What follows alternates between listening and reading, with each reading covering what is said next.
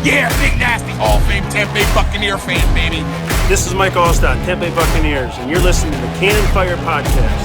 Cannon Fire Podcast, brother. When you hear the sound of the drum, we'll be saying, here we come.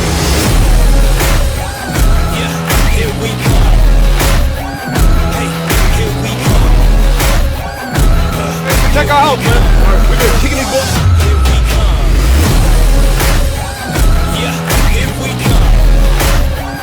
Hey, here we come. Hey, here we come. Here we come. You ain't listening, and you're missing out.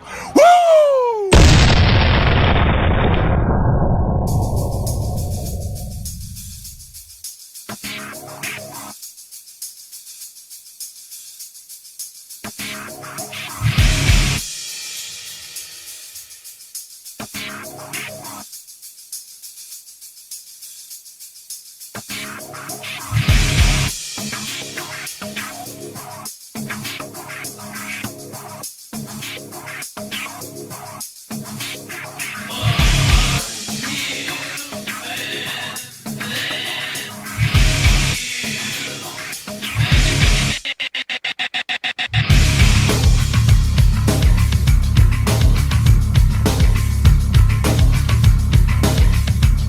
Happy Halloween, and welcome back to a brand new edition of the Cannon Fire Podcast. Back at you on this lovely October 31st for episode number 78. We're going to be talking everything Buccaneers as we preview their matchup against the Seattle Seahawks this Sunday. Oh, man. Hopefully they'll have a treat for us in the trick or treat column there. I've yet to see that from the Bucs here over the past month or so, it seems, but we'll see what happens. If you're new around here, I am your host as always, Rhett Matthew.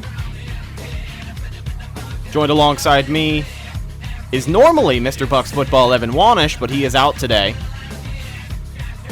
So filling in, a great friend of the show, and many people know him as Mr. Bucs Nation, it's James Hill.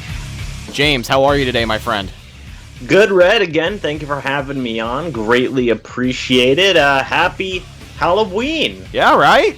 Right? Yeah. It's great that our recording schedule falls on Monday and Thursday, and then, of course, Thursday falls on a Halloween, so, of course, we got to have the Halloween special, but glad to have you here, and thank you for filling in, brother. We really appreciate it. So, as I said, the Buccaneers finally on the last leg of their unprecedented 5-game, 6-week jaunt away from their home stadium. The Buccaneers go to Seattle this weekend. They're going to be facing not only a 6-2 football team with the best quarterback in the league under center, they'll also be facing the 12th man, which is notoriously what makes Seattle one of the toughest places to play, and fittingly, the final stop on this road trip. So it's definitely an interesting circumstance for the Bucs. I don't feel super great about it. I'll tell you that right up front. I don't feel super great about the position that the Bucs are in right now, but of course there's a lot that we have to talk about regarding this football game because the circumstances are just they're much more interesting than any Bucs game we've had so far this season. It seems like the last 3 games have been must-win games, right? Everyone's been labeling them, including myself, as must-win games for the Bucs. Well, right now you're 2-5. So if any game is a definition of a must-win, it's going to be this one. Because if you lose on Sunday, I mean, a lot of people already think the season is over, and I've seen this team go from 3-5 to 8-5. James, you saw it a few years ago. Everyone listening probably saw it. So there is still a small chance to make a run like that. But I don't know. Based off of the evidence that we've seen, I don't know. That's what scares me the most about this game. Is everything is so uncertain. You're facing a great football team at home. And the Buccaneers so far seem to beat great football teams at home. Look at LA. But I don't know, man. It's all up in the air for me. James, I know I've been rambling since the start of the show. How are you feeling about this matchup before we start breaking things down? Yeah, man, of all the teams, right? Of all the teams to end this road trip that the Bucks have been on, it's been a long one. It's been a long and stressful one, not just for the team, but for the fan base as well. You have to end with freaking Seattle and the 12th man, and that's never easy. Everybody in the Buccaneers organization has said so far that, it's one of the hardest places to play, if not the hardest place to play in the NFL. And, like you said, this, we've said must win, must win, must win. This is like your last gasp at salvaging this season. Yeah. For something or anything. And you said it, best, this team has gone on a 5-win streak before back a couple of years ago with Dirk Cutter and his staff, and ended up 8-5. Can we see a similar thing here? This is do or die time. The players are frustrated, the coaches are frustrated, the fans are frustrated, and if they lose here, it's just going to blow up. Blow up out of proportions. I don't think everybody's blood pressure can take this again. Right. Yeah, and a big thing as well is it's the end of October. Seems like we're always talking about the Bucks who were 2-5, but the difference between the previous 2-5 Bucks and this year's 2-5 Bucks is that they lost 3 games in a row. Not only to mention that, but Bruce Arians, head coach of the Tampa Bay Buccaneers, the guy who was brought in the offseason to try and turn things around, develop a winning culture, 2-time coach of the year. He's never finished less than, 9-7 in his coaching career. His win percentage is through the roof. He has never lost 3 in a row as a head coach. So, welcome to Tampa, BA. But the reason I said this game is so up in the air is that one of the biggest things that I look at with this Buccaneers team and where they are right now. We knew that BA wasn't going to turn them from what they were before to a playoff caliber, Super Bowl caliber team in 1 year. It just wasn't going to happen. And I think getting into the hype of the regular season, people kind of forgot that. I didn't expect them to start 2-5, don't get me wrong, but I didn't expect them to be a playoff caliber team.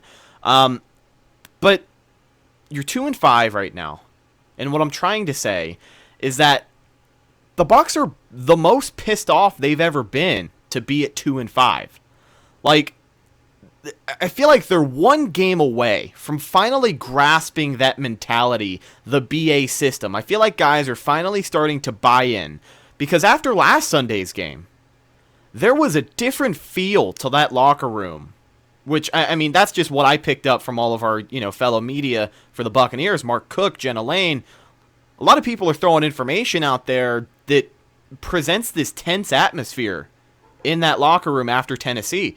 I mean, they're pissed off and they're tired of losing. Levante David came in, had a come to Jesus talk with a lot of his teammates. JPP, we heard the soundbite audio. He said, y'all are talking about effing white girls and we just effing lost the game. So these guys, they're starting to step up and they're starting to realize, damn, man, I don't want to be 2-5 at the end of October anymore. I feel like something's going to click. And I think what makes this game so uncertain for me is that this week could be the week that it clicks. And if it does, it'll be an interesting game on Sunday. But if it doesn't, and we get ran the hell over by one of the best teams in the NFC, by the way, the only reason Seattle's not running their division is because of the undefeated San Francisco 49ers. Mm-hmm. I mean, if we get run over, then you're going to see some people go off the deep end, and I just don't think things are going to set in and move forward as we would like them to because everyone's going to be so pissed off. BA's mad. He won't openly say as mad as he is, as mad as much as he wants to, but he's mad. The coaching staff is mad. The players are mad. What I'm saying is that it all has to come to fruition this week if we want to see something come of this Bucs team that we can talk positively about at the end of the year. Sure, they'll give us some positives between now and week 17, but it all comes down to this week. Yeah, I agree 100%, man. I did not hear the soundbite of JPP, by the way. Really?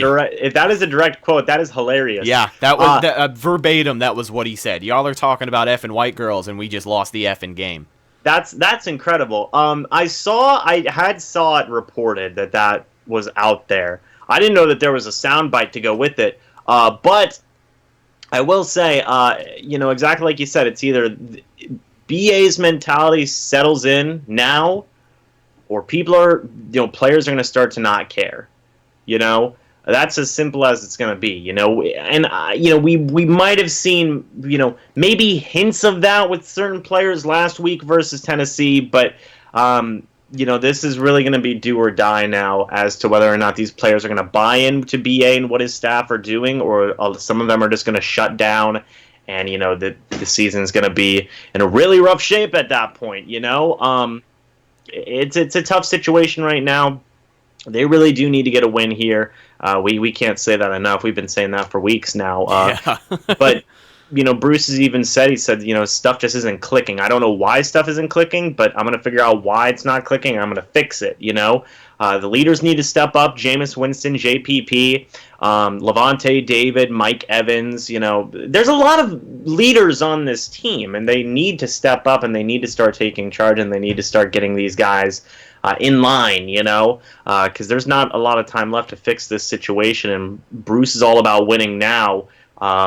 So it's like you said, man, it's do or die. Yeah, push comes to shove, and when you're in win now mode, it helps if you win now. So let's hope they can do that this Sunday. But let's kind of break down a little bit of what we're looking at in this game. James, I'm going to toss it to you because there's a lot of interesting matchups between the Buccaneers and the Seahawks of Seattle.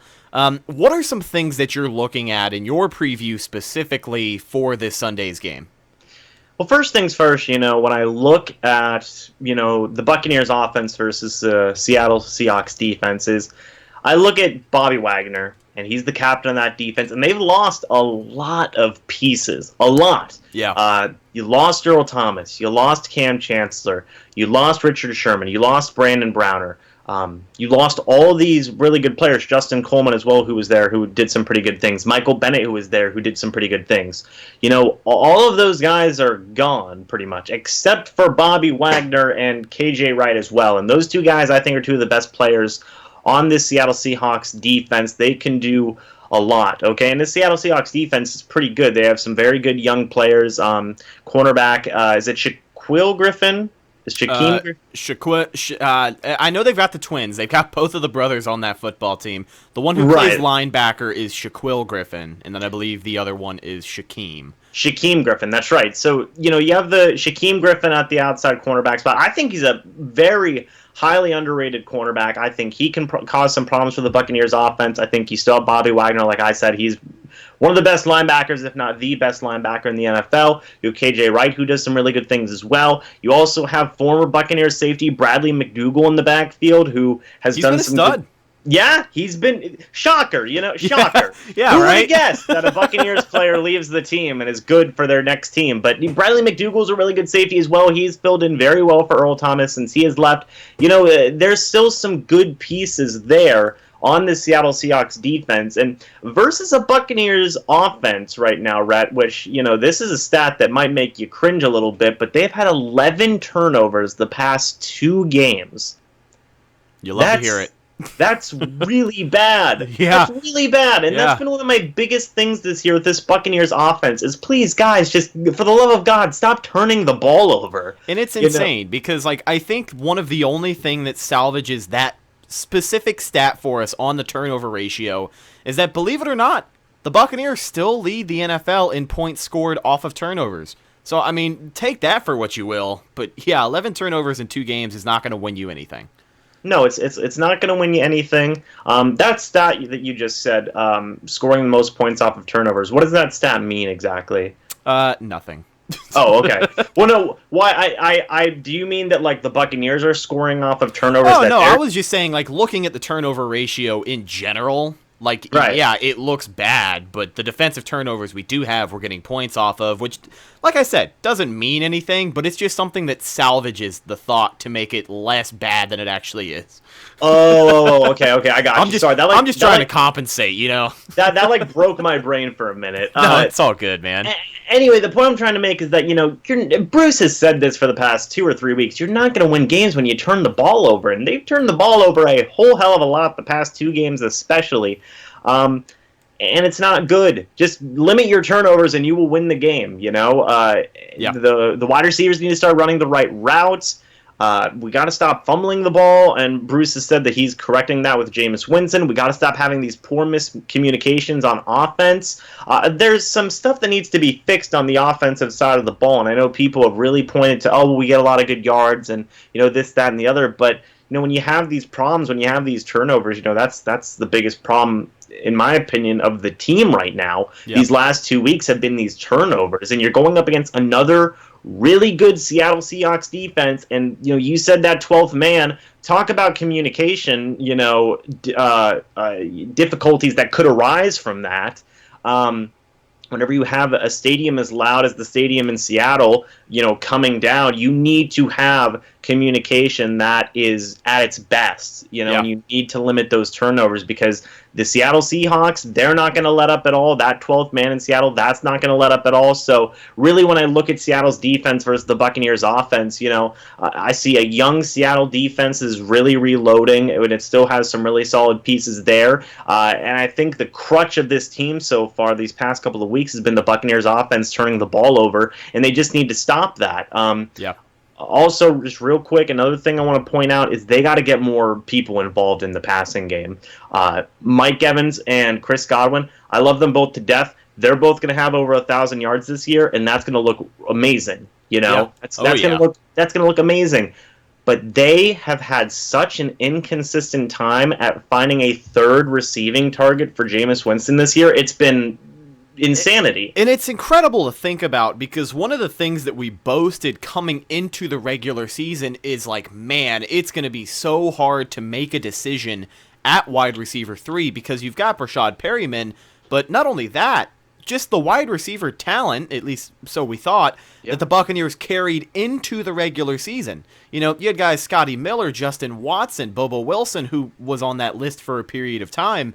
There was so much they could have done, and it feels like there's still so much they can do to make up for that lack of a third wide receiver, because Brashad Perryman has brought us nothing. He has brought us zero as a wide receiver 3, and it's a shame. It really is, because, we knew this guy had his problems, but the problems that he's shown us in Tampa Bay have been terrible. The biggest of all last week, of course, we talked about it, that last interception from Jameis Winston. It was a cover 2. He was supposed to bump inside. He did not go inside. He slowed down on his route. Jameis overthrew it, and boom, it's an interception.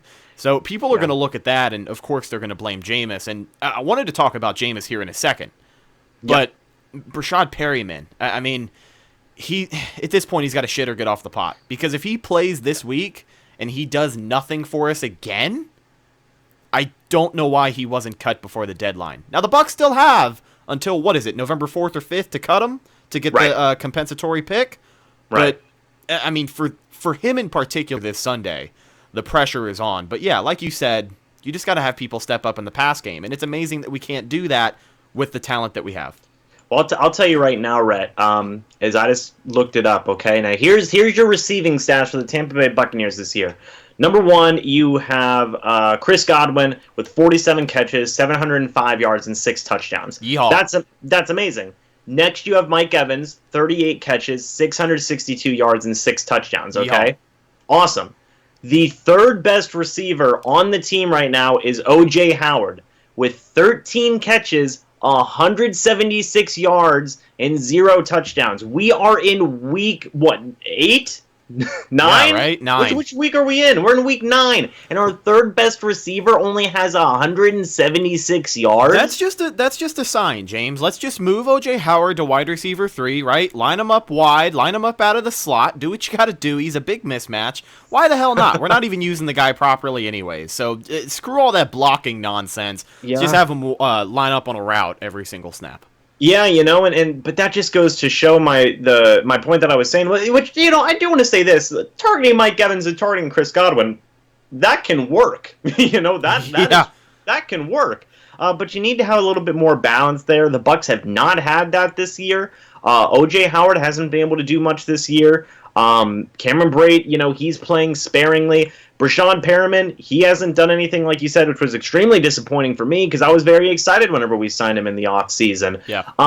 But also, I do want to point this out, is the guys behind Brashad Perriman. Scotty Miller hasn't been effective. Justin Watson's barely seen the field. I have no idea why. I like Justin Watson. He had a he had a pretty solid preseason. He looked good against Pittsburgh. I mean, Yeah. he's a guy who's been on the roster for a few years. You kind of wonder why he hasn't gotten a little more of a chance, and maybe it is a new BA regime, a new head coach trying to evaluate talent, but he's a guy that's got to get used because the talent is there, and you look at the way that these guys play, the lack of a wide receiver 3, in that situation, you really miss a guy like Adam Humphries. And Yeah. I think one of those guys could step up and not necessarily be the next Adam Humphries, but the first whoever it is, and they can be used in a similar way to just kind of come up big when you least expect it. But yeah, I mean, they got to get these guys involved. Yeah, and then, finally that last guy I want to talk about, Bobo Wilson, the guy who a lot of people were expecting, a lot of, native Florida people who were saying, that he's going to step up this year, this is his year. He's gone! He's gone! He didn't do anything as a wide receiver, he didn't do anything as a punt or kick returner, now he's gone. So it's like, you have a huge void in your wide receiver core after Mike Evans, after Chris Godwin. You got to get more people involved, because again, throwing to Chris Godwin, throwing to Mike Evans, it works. But if you have more balance, you can create more opportunities. Absolutely. Because eventually defenses are just going to say, if we just cover Mike Evans and Chris Godwin, we have a pretty good shot at winning against this Buccaneers offense. You got it. We just saw it against Tennessee. When Jameis Winston didn't throw to Mike Evans or Chris Godwin, everything went to hell. You want to beat Tampa Bay? Start your backup quarterback and cover Mike Evans. That's all you got to do. Yeah. So talking about, while we're on the topic of this Buccaneers offense, we talked about the lack of a true wide receiver 3. We kind of have to talk about the elephant in the room, and that is our quarterback, Jameis Winston. Mm-hmm. What Jameis are we going to see this week, James? I mean, that's what it comes down to. That's going to determine if this Bucs offense has success. I mean, yeah, they're facing a stout Seahawks defense, but we know Jameis, he can sling it, dude. And when he's on his game, he looks great. There's nobody better. But the inconsistency has driven me away. I mean, I'm Evan calls me the eternal optimist. That's like my nickname on this freaking show. Right. I'm a big Jameis defender. I like the guy. I want him to do well so damn badly. Mm-hmm. These past 3 weeks, he has given me nothing. And I mean nothing to defend him for. Now, I will say this. Quick shout out to Jameis 1 of 1. I'm sure people know who that is. Jason Light. It's Jason Light. Right. AKA Jason Light. After being confirmed that it wasn't the same person, he was on Barstool Sports Radio show today on Sirius XM. He had an interview with Big Cat and a couple of the guys, I think Stephen Che as well. He kind of broke things down on how the average NFL media member looks at Jameis Winston. He said anyone can just look at a stat sheet. And that's kind of his narrative. Anybody can look at a stat sheet and just go off of that, right? Anyone can watch the highlights or the lowlights and just make an assumption. But he broke things down in a way that only he can because, who else has written a 400-page book on Jameis Winston? So he broke things down in a way that only he can. And I will say that I believe in Jameis Winston more than I did yesterday. But that's not saying much because, he's losing me, dude. And all he's got to do this Sunday is just play conservative, limit his turnovers, make his connections that he has to. Mike Evans, Chris Godwin, whoever the hell steps up at wide receiver 3 if they do it all. But I don't know, man. It's such a coin flip. What do you think? It's funny. We have a lot of, versions of Jameis Winston. We have good Jameis. We have bad Jameis. We have Visor Jameis, where Visor Jameis is apparently the best version of Jameis. We have a lot of versions of Jameis Winston. We have mediocre Jameis. I swear there might be like a special edition holiday version of Jameis Winston coming out soon. We have conservative Jameis, like we saw against Carolina the first time. What was it? 2 touchdowns, 1 interception, I think, or no interceptions. But yeah, like 190 yards. Like we have all different types. Yeah, and, like I said, when he's on his game, he plays so well. Yeah, so I think that Jameis Winston against Tennessee, Bruce had said this. Bruce Arians had said in his press conference, he said those interceptions weren't Jameis Winston's fault, and he was adamant about it. Yeah. It wasn't like he said it casually. He was pissed about it. He said that Godwin ran a wrong route and Perriman ran a wrong route.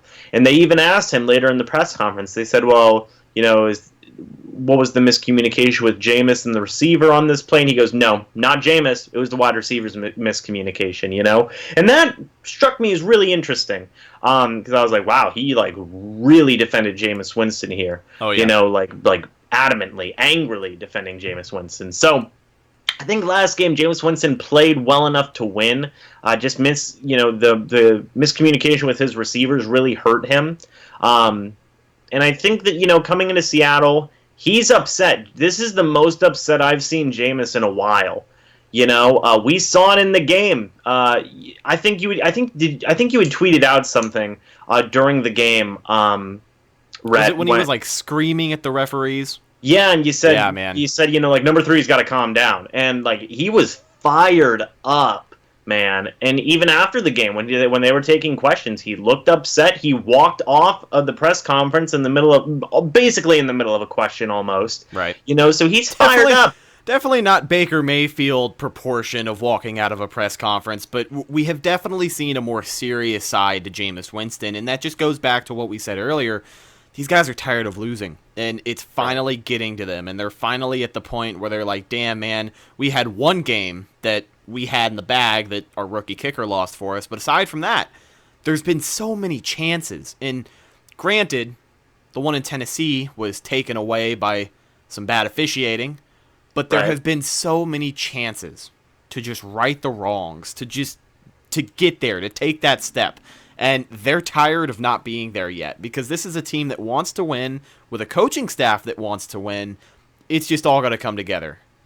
Yeah, so I think that, at the end of the day, we're going to see a really fired up Jameis. He is going to do everything he can to win. Not that he doesn't do that every week, but especially this week. So I think Jameis Winston really can rebound in a big way. He needs to get more of his guys involved. And, some of that's not his fault. Some of that can come down to play calling and stuff like that. But, I think we're definitely going to see a fired-up Jameis. And I think we're really going to see him go out there and give his absolute best in everything he does in terms of his decision-making and stuff like that. He's going to be doing everything he can to win. Yeah. That's what I think, So it should be interesting to see regardless, though. He is going to have some big obstacles with that Seattle defense, with the crowd noise and whatnot. But I think at the end of the day, he's going to, be on his A game. Yeah. We'll have to see how it plays out because Jameis Winston, an interesting character, but when he is on his game and he is locked in, we know he's capable of putting up a stat line that not only fans, but coaches and GMs alike all love to see. So we'll see what happens. A big day for Jameis this coming Sunday. We talked about the Bucs offense. We mentioned the Seahawks defense. Now, let's flip the script a little bit. Let's talk about the Seahawks defense. And I want to talk about some of the things that I look at. Seahawks offense, excuse me. I think I said defense. Yeah. But you know what I mean. Oh, yeah, you're good. So I just want to talk about some of the things that I'm looking at with this team because the Seahawks, while they do have a pretty good defense, Pete Carroll and Russell Wilson, I mean, these guys are a well-oiled machine on the offensive side of the ball. And when you kind of look at their play calling in general, they're 50-50 with their run-pass ratio. I mean, they are not scared to give it to their running back, and if you don't know who that is, Chris Carson, who is fifth in the NFL with 659 rushing yards, by the way. He's become a lot more involved in their ground game and the passing game this season in particular. They've been dumping it out to him a little extra, but I look at Chris Carson, and I mean, he is a hard-charging runner. He's definitely not as talented as the running backs that the Buccaneers have faced up until this point, but he's a guy that you cannot turn your nose at because he is, like I said, just a determined running back. And we know those guys. We know the James Connors. We know the Peyton Barbers, if you really want to go that far. If you're not ready for them, they can strike when you least expect it. And I think they'll have to be ready for that. But I'm confident in the run defense. I am confident in the run defense. Now, offensively, again, for the Seattle Seahawks, Pete Carroll, still a solid offensive-minded coach. I mean, these guys are no joke. They're 6-2 for a reason. Let's talk about Russell Wilson. Can you believe that he has a 17-1 touchdown to interception ratio? Oh my God. He has only thrown one interception all season in 17 touchdowns. They have zero problem stretching the field. And Russell Wilson being as talented as he is, and the receivers that he has to throw to, it's not only going to be a huge test for our secondary, but it's going to be a ginormous test for our pass rush, who, I mean, they looked great last week with the addition of JPP back into the lineup. So I'm confident they can make some noise, but they're really going to have to get there because Russell Wilson, he can get away from just about anybody. And with the pace that he's on, I worry about that young secondary because they looked a little more settled in last week, but they were also facing Ryan Tannehill in a run-heavy Titans offense. So that's just an interesting matchup that I'm looking at. But, you know, offensively for Seattle, what are you seeing, man? Well, first thing I want to point out is Seattle's tight end, Will Disley. He's out for the year. I believe he tore his Achilles, something along those lines. He was a really important receiving weapon in that Seattle's offense this year, and he is now out for the year. Also, to add to that, I'm sorry, just an asterisk. Justin Britt, probably the best offensive lineman for Seattle. He is also out for the year. He had surgery. Right, so, you know, they have some key injuries there on that Seattle Seahawks offense. But I do like what you just said. Russell Wilson, arguably the best quarterback in the league right now. He's by far the best quarterback that the Buccaneers have faced so far this year. They played week 1, it was Jimmy Garoppolo. Week 2, it was a really banged up Cam Newton. Week 3, who did they end up playing week 3, Rhett? Jared Goff. Goff. No, that was week 4. Mm-hmm. Week 3. Why am I? Daniel Jones. Jesus. Okay, so week 3, Daniel Jones. Week 4, Jared Goff. Week 5, they played Teddy Bridgewater. Correct? Yes. Week 6, they played Kyle Allen. Week 7, they had a bye week. And then week 8, they just played Ryan Tannehill. Out of all those names I just listed, Russell Wilson. I think there's a big difference here in quarterback talent. Right. So Russell Wilson, he's far and above the best quarterback the Buccaneers have faced this year. You know, if Drew Brees would have played in that Saints game, then yes, you would have said that those two are very close to each other. But Russell Wilson, he's phenomenal. You know, in my opinion, best dual threat quarterback in the NFL. I know people say Lamar Jackson, but Russell Wilson is like a hyper accurate Lamar Jackson. And the crazy thing about Russell Wilson as well is, like, yeah, this year he's finally getting the respect that he's deserved.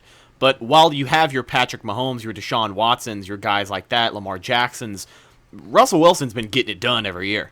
I mean, He has not strayed from what has made him an elite quarterback. And this year, it's just being shown off the most because he, like I said, is the best QB in the NFL right now by a pretty big margin.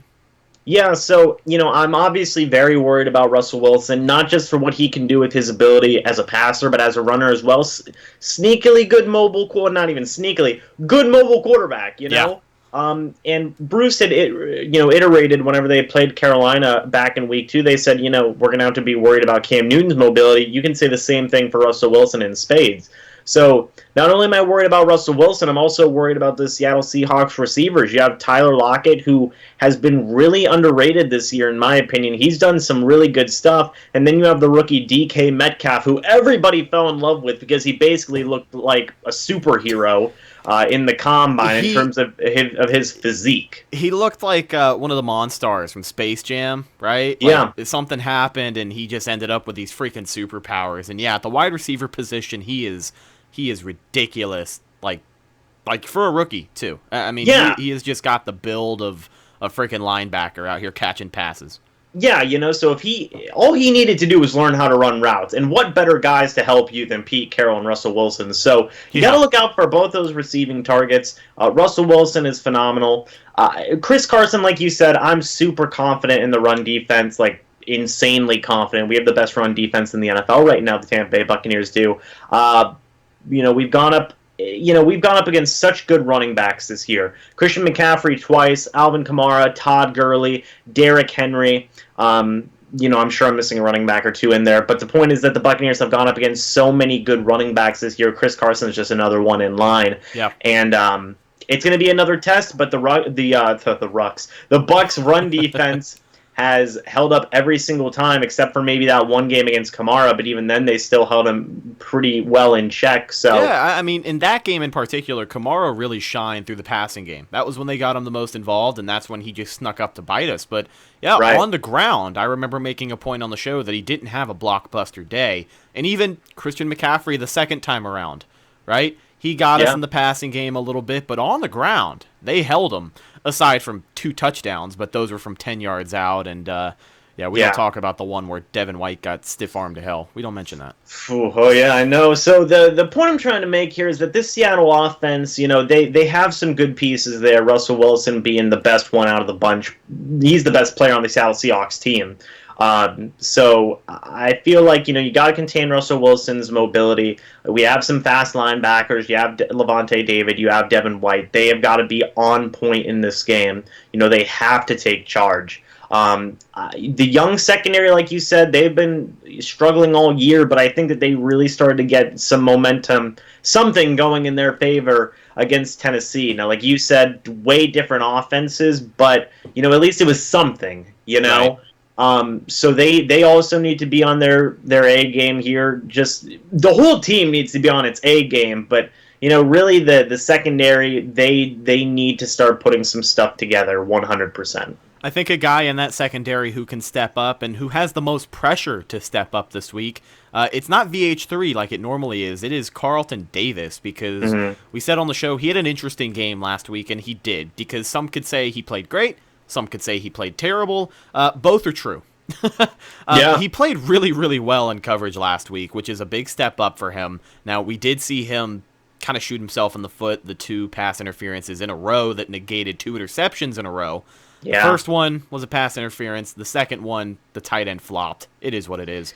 But he's going to have to clean himself up, and he's going to have to step up and play well, because if he can build off of what he showed us last week, then I'm confident he can, kind of take a bit of a step. And yeah, we are talking about Russell Wilson and potentially Tyler Lockett, who I think maybe he would be matched up with.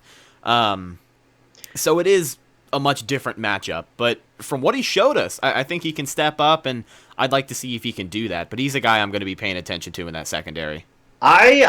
Me personally, well, first thing I do want to note is the 2 pass interference calls. Bruce Arians said the first one he did not agree with, and the second one he challenged because the tight end flopped, and he lost the challenge. So it definitely sounded like Bruce didn't agree with either one of those being PIs, but that's just how the league is now. It's really unfortunate because Carlton Davis plays exactly like how Bruce Arians and Todd Bowles want them to play. He's physical, but right now, as it stands, I think he leads the Buccaneers in penalties with 9 on the year. He gave up. He had 7 last week, I think. Something like that, man. He gave up 104 yards in penalty yards, and that's not going to do anyone any favors. So again, an interesting day for him last week. Yeah, so me personally, I'm a huge Carlton Davis fan. I think he could be a future number 1 cornerback for this team. I expect him personally to line up a lot with DK Metcalf. Okay. Because of how tall DK Metcalf is, 6'4", built like a Greek god. He's physical as hell, and Carlton Davis is physical as hell. Yeah. So really, what Bruce has alluded to in the past, especially when going up against the Saints and Michael Thomas, is we put Carlton Davis on their most physical wide receiver, because Carlton Davis is our most physical cornerback, and I think that we could see a scenario where we have Carlton Davis going up against DK Metcalf, and then either Vernon Hargreaves or maybe even Sean Murphy Bunting lining up against Tyler Lockett. I almost want to think they would trust Sean Murphy Bunting more in that situation than VH3, because VH3 lined up against Tyler Lockett, if they want to stretch the field and have him just, shoot down for a go route, I feel like VH3 just gets burnt and decimated every single time. Yeah, or maybe even you bring in Jamel Dean, because the big thing for Sean Murphy Bunting and Jamel Dean was these guys are fast. Tyler Lockett's really, really fast. So Yeah. I think whenever you're talking about cornerbacks lining up against wide receivers, you put your most physical cornerback on their most physical wide receiver. That's Carlton Davis, that's DK Metcalf. And then whoever's your fastest cornerback, be it Sean Murphy-Bunting or Jamel Dean, they're both very similar in speed. You put them on Tyler Lockett because Seattle really likes stretching the field. Tyler Lockett, Russell Wilson loves throwing that deep ball to Tyler Lockett. You've got to account for that. So you got to pay attention to both those things. I could see Hargrave struggling if he is matched up against either Lockett due to Lockett's speed or DK Metcalf because DK Metcalf's 5'4", and I don't remember how tall Vernon Hargraves is. I think he's 5'10", and that could be a problem. Yeah, big mismatch there, but a lot of interesting matchups in the secondary for the weekend. So make sure you guys are paying attention to that on Sunday as well. Now, let's talk about the injury report for both of these teams because there are some key players with some asterisks next to them. First off, for the Bucs, you got DeMar Dotson back at practice. I believe Alex Kappa returned this week as well, correct? Am I hearing right that Alex Kappa's back at practice? Is he? That's incredible if he is. I want to say I heard something this morning that he is back, and not in a full capacity. Right. Not enough to where I think he's going to play this Sunday, but I think he's back in the building, and I don't know, in a limited capacity. But, I mean, that's pretty awesome. Let me see. Alex Kappa continues to practice in a limited capacity as he tried to return from a broken arm. Gotcha. That's the tweet. Gotcha. That's incredible. Considering, he broke his freaking arm. And then finish the game. Why not just send him out there with a half-broken arm, and he'll make up for that right side of the line all by himself. Right, James? Oh, my God. I never broken my arm before, Rhett, but I imagine that must hurt. And for him to say after the game, oh, it's just a bruise. Yeah. No, it's not. You right. broke your arm, man. You're a madman. So if he plays, that'll be a huge help. I'll be honest. I've been okay with Earl Watford. For the most part. He's just sloppy, man. He gets a lot of penalties. Yeah, I've been more worried about Josh Wells, which our right tackle position has been, DeMar Dotson came back last week, and, Yay. and it's just like, our right tackle position is confusing right now, and it seems like nobody works over there, so, if Kappa comes back, that'll be huge. Just to help out the right side of the line. You know what I mean? Definitely. That would be awesome. Another guy on the Buccaneers injury report that we're taking a look at is O.J. Howard. He did not practice as of today, still dealing with that hamstring injury, and it's not a good sign because we already talked earlier about O.J. Howard being a guy that the Bucs don't use enough. Well, now you don't even have the opportunity because he's dealing with a hamstring injury, and hamstring injuries freak me out, James, because they're so tricky. Yeah. Did you hear that rumor a couple of days before the trade deadline when O.J. Howard popped up on the injury report and he hurt his hammy? And everyone's like, there it is. He's gone. He's out. They're trading him. And I think it was Rick Stroud who said, if you wanted to trade a player, why would you say that they are hurt? It's one thing if the player himself says he's hurt. Jalen Ramsey, my back hurts. Oh no. Yeah. But it's another thing for a team for the team to say, and the player doesn't say anything, but for the team to say, nope, he's out, he hurt his hamstring. That's different. So I think that, the hamstring's a legitimate problem. They can last a long time, hamstring injuries can. They're ultimately, if you get a hamstring injury, you're day-to-day, you're week-to-week, and it's so frustrating dealing with hamstring injuries, especially as a skill position player. You would imagine it would be even more difficult. So we'll see. It's something that could be fixed this week. It's something that could be fixed next week, or it's something that could bother O.J. Howard for the rest of the year. I've seen players get put on the IR because of hamstring injuries before. Right. So it's frustrating and it's worrying. Especially with O.J. Howard, because like you brought up, you've seen players put on IR before, and we know O.J. Howard, he's no stranger to the injured reserve, so it's unfortunate. Let's hope he can bounce back. Do I think he plays Sunday? I do not, unfortunately. Mm-hmm. But maybe it's something we'll see remedied by this time next week, and we'll have something different to talk about as we go over the Buccaneers game against Arizona in Tampa. So exciting to think about. But first we got to see if they can win on the road this week.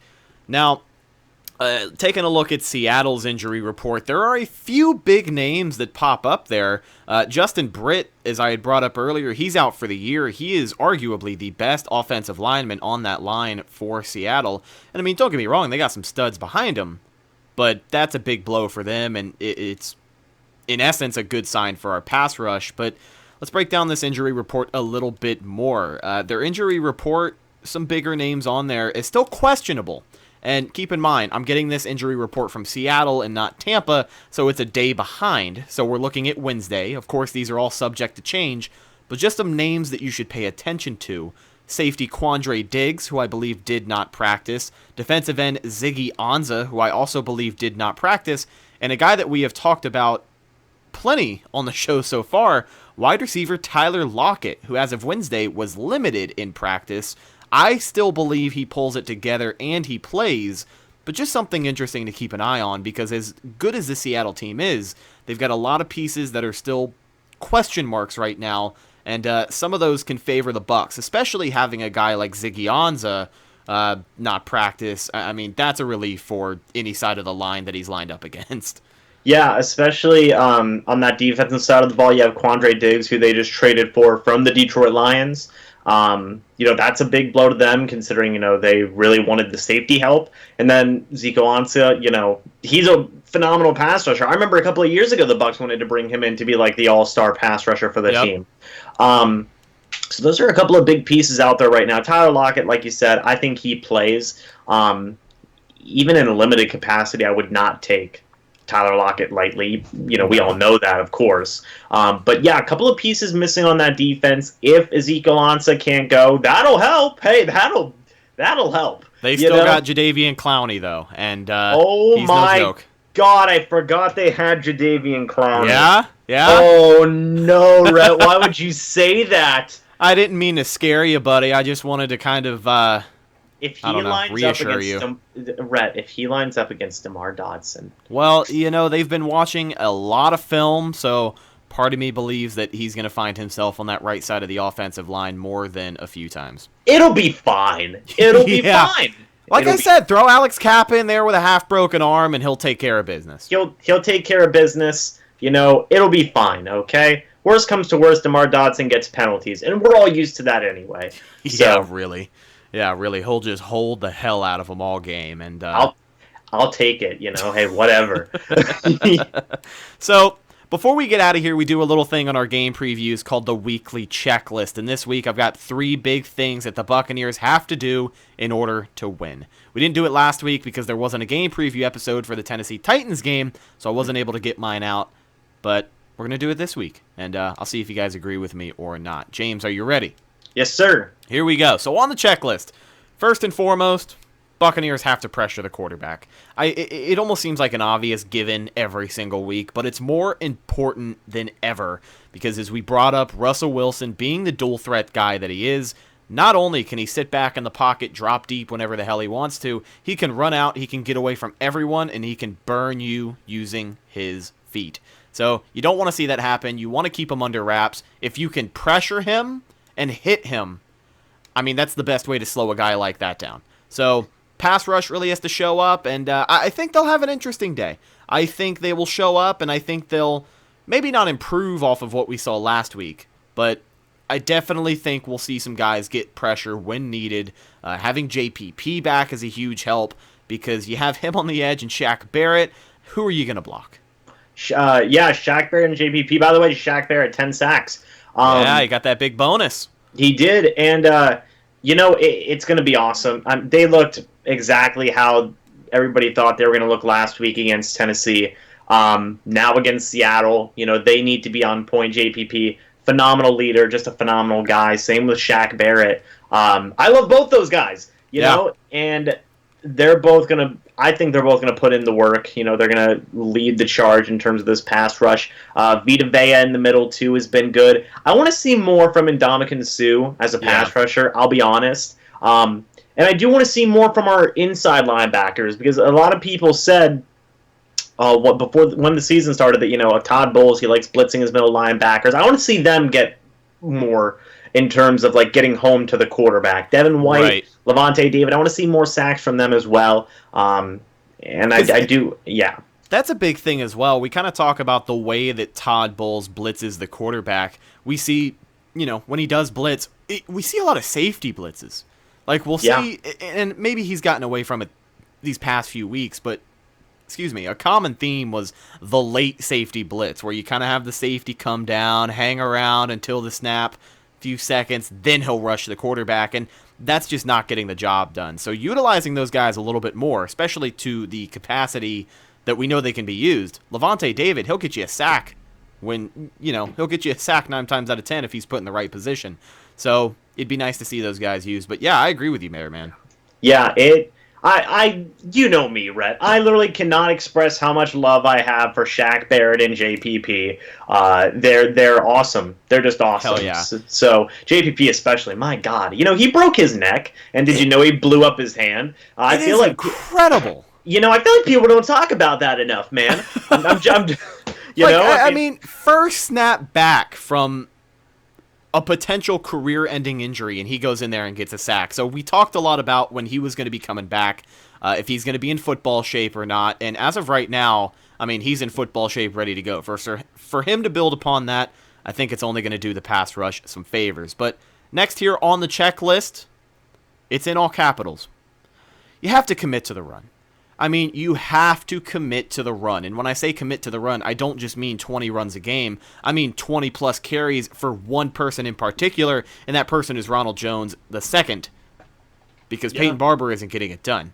But you got to commit to the run, because if Jameis cannot make it work with the offense, and like we had brought up the sparingly limited wide receiver 3 position, you're going to need to pound the rock. And that's going to wear down those big pass rushers up front.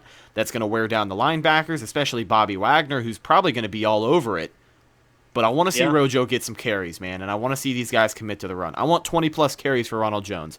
Probably won't happen because Peyton Barber will start the game, and he'll run for every first down in the first half. But I would like to see it happen, and I just want to see those guys get involved. But commit to the run. I want to say right now, Ronald Jones is actually 32nd in the NFL in rushing attempts. It's so sad. Yeah, and Peyton Barber's 30th. So, true split, I guess. Peyton Barber only has 5. He has 5 more attempts than Ronald. I don't know what it is. I don't know why. I don't know why they don't give Ronald Jones the ball. Granted, hey, way better than what we saw with Dirk Cutter and staff. At least Ronald Jones is playing. Right? At least he's showing us. At least he's showing us enough to say, hey, he should get the ball more. Right, but that's the thing. We're seeing enough to see him get the ball more, and he's just not getting the ball more. I don't understand why.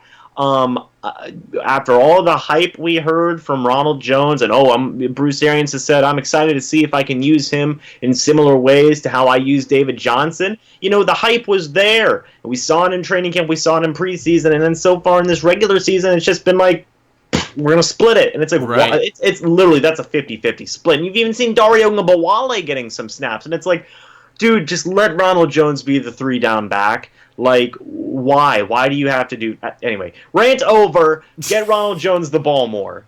Gotta commit to the run. Agreed with that. Agreed with that 100%. Awesome. So the last thing we have on our checklist here, it's a big one, and it's something that we've seen from the Bucs quite a bit this season. Well, we haven't seen it from the Bucs. That's kind of the issue here. But third thing on my checklist is you have to stay accountable. You have to stay level-headed. Don't beat yourself. Now, all 3 of those are different things, obviously, but they all kind of fall under the same umbrella, and that's discipline. Stay accountable. Stay level-headed. Don't beat yourself. You know what? We are 4 days away from the game on Sunday. I'm calling it now. We're going to see one BS call against Tampa. It's just going to happen. Like, you have to expect it. It's been every single week now that we've seen some sort of call that cost the Buccaneers a situation that ultimately works out in their favor. I'm saying it now. But if it happens, you cannot let that defeat you for the rest of the game. Now, if it's a stupid-ass penalty and you deserve it, then yeah, that's one thing. But you have to account for things like that. You have to stay level-headed. You have to stay accountable. Your leaders have to step up and be leaders. And then just don't beat yourself. Do not beat yourself on stupid preventable penalties because it loses the Bucs football games. It's lost them games for the better half of 15 years. And I mean, people are tired of seeing it. Don't beat yourself. Yeah, and the lack of Bruce has said, and I know I've been pointing to Bruce a lot, but he gives valuable information. He's head coach for a reason. Yeah, so but he said that some of these guys just need to get their heads out of their butts, and they need to communicate better, and the leaders need to step up, and we got to be more accountable. We got to prepare better. And that is 100% accurate. I think the biggest thing with the Bucs, like I've said, has been miscommunications that lead to turnovers, to lead to poor plays, to lead to just dumb penalties, all this stuff, That's been the biggest thing that's been hampering this team, like what you said, for almost 2 decades now. And it needs to get corrected here at some point. Bruce has even said, something's not clicking here, and I'm going to make it click, darn it, basically, to paraphrase there. Yeah. And we need to start seeing it. We need to. I think that Bruce Arians staff, I think they're the guys to do it. We just haven't seen it yet, and we need to start seeing that show up. We need to start to see the leaders start showing up and start really, really saying, guys, come on. We saw it last week after the game, and I think that we're going to see some improvement this week. 100%. So, yeah, communication, it fixes so much. It fixes so much. And I think the coach-to-player communication is there, but the player-to-player communication hasn't been there. That's huge. So I think that now that we have a coach-to-player communication set, for the most part, we need a player-to-player communication to be set as well. Yeah, and I agree with everything that you said. It's all about these guys being accountable, not only for themselves, but the players around them. And that's just an example of where leaders need to step up and be leaders. And hopefully we see a little bit more of that from this pissed-off, frustrated 2-5 Buccaneers football team this Sunday as they play Seattle in the toughest stadium in the NFL. It'll be an interesting game, but we'll both be here watching it with everyone who listens to the show, of course. James, I want to thank you so much for filling in for Evan today. Thanks for coming on, my man. Hey, thank you for having me, Rhett. It was greatly appreciated. Happy Halloween. Yeah. Happy Halloween to you and yours. And before we break down and get out of here, James, where can the people find you, follow you, take in all of your great content, just whore out all of your social media and your projects and whatnot? So I am currently on YouTube at Mr. Bucks Nation. I am on Twitter and Instagram as Mr. Bucks Nation. And on all those platforms, I talk about the Bucks. Everything, just like here on the Cannon Fire podcast, talk about the Tampa Bay Buccaneers. I do a weekly live stream where I watch the game and react to it. The live streams have been rough this year, but hey, we have another one coming up this Sunday. It'll be a lot of fun. I will be having my own sets of preview videos and matchups to watch coming here in the coming days, so stay tuned for that. And again, Rhett, seriously, thank you for having me on, man. It's always fun to come on here, talk about some Bucs football. Absolutely, dude. We love having you. So go check out James. He's a great friend of the show and a lot of great content regarding your Tampa Bay Buccaneers. But ladies and gentlemen, that's just about going to do it for this episode of the Cannon Fire podcast. Thank you so much for listening or watching with video, whether it was on YouTube or BucksReport.com. You can follow the show on social media. We are on Instagram, Facebook, and Twitter. All of those are Cannon Fire Podcast, so just search it up and you'll find us. You can follow me on Instagram and Twitter at Redicus, and of course, like James had mentioned, you can follow him on Instagram and Twitter at Mr. Bucks Nation. Before we go, I have to give a quick shout out to our sponsors, Pinecrest Printing and Signs.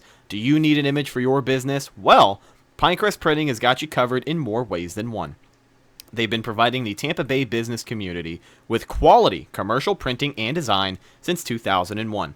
Their printing professionals are ready to provide you with quality marketing solutions for today's industry. They're also the newest sponsor of the Cannon Fire podcast. You can give them a call at 813-684-5444 or check out the website at pinecrestprinting.com. I am Rhett, signing off for James, and we will talk to you guys next time. Go Bucks! Go Bucks!